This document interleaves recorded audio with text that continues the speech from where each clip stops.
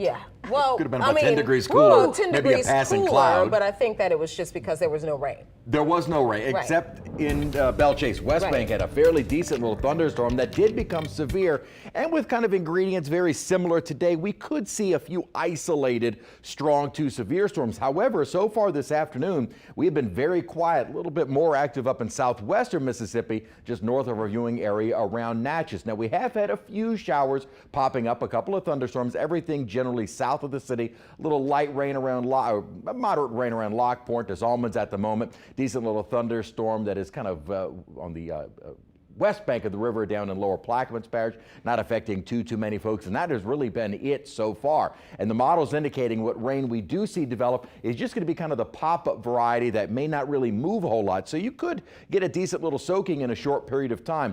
After about 6 to 7, may still have a few isolated showers popping up, but as the sun goes down, the risk of any additional rainfall will be gone, and then we'll be under clearing skies as we head into the overnight period and into the day tomorrow. Again, a low-end risk for an isolated strong or severe storm for the next several hours. Main threat would be gusty winds and also the possibility of some small hail. 93 degrees officially the high for the day, just 2 degrees off of our record. Records now are more in the mid-90 range, and highs will be in the lower 90s over the next several days, going really into the weekend. High temperatures getting into the 90s because we saw plenty of sunshine and really don't get the rainfall until later in the day, and even that has been few and far between. We're currently at 91 with a dew point of 63. So high dew point, so there is high humidity, but because the temperature and dew point are almost 30 degrees apart, humidity, relative humidity, is lower at 39%. And winds calm, we don't really have much of a breeze outside either, as high pressure, that ridge is kind of settled right over us.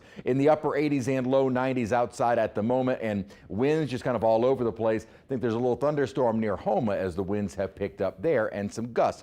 During the day tomorrow, we're going to see, again, a lot of sunshine, high temperatures easily into the low 90s. So up in Kentwood, sunscreen and stay hydrated, as we're going to be hot over the next several days and mostly dry. High temperatures generally running in the lower 90s, so above normal, not quite to record territory. And unfortunately, we're now getting to that time of year. We're going to start keeping our eyes to the tropics, but thankfully all is quiet. And there is no development expected for the next 5 days. There's been a whole lot of hype on social media. We're going to talk a little bit more about that coming up on Eyewitness News at 10. Here's the upper pattern, why we're going to stay hot and dry. Ridge of high pressure really going to dominate our weather into the beginning to middle of the week. As that high starts to shift away from us, an upper trough is going to start helping to weaken that high and also bring down a little weak disturbance, kind of a weak cold front.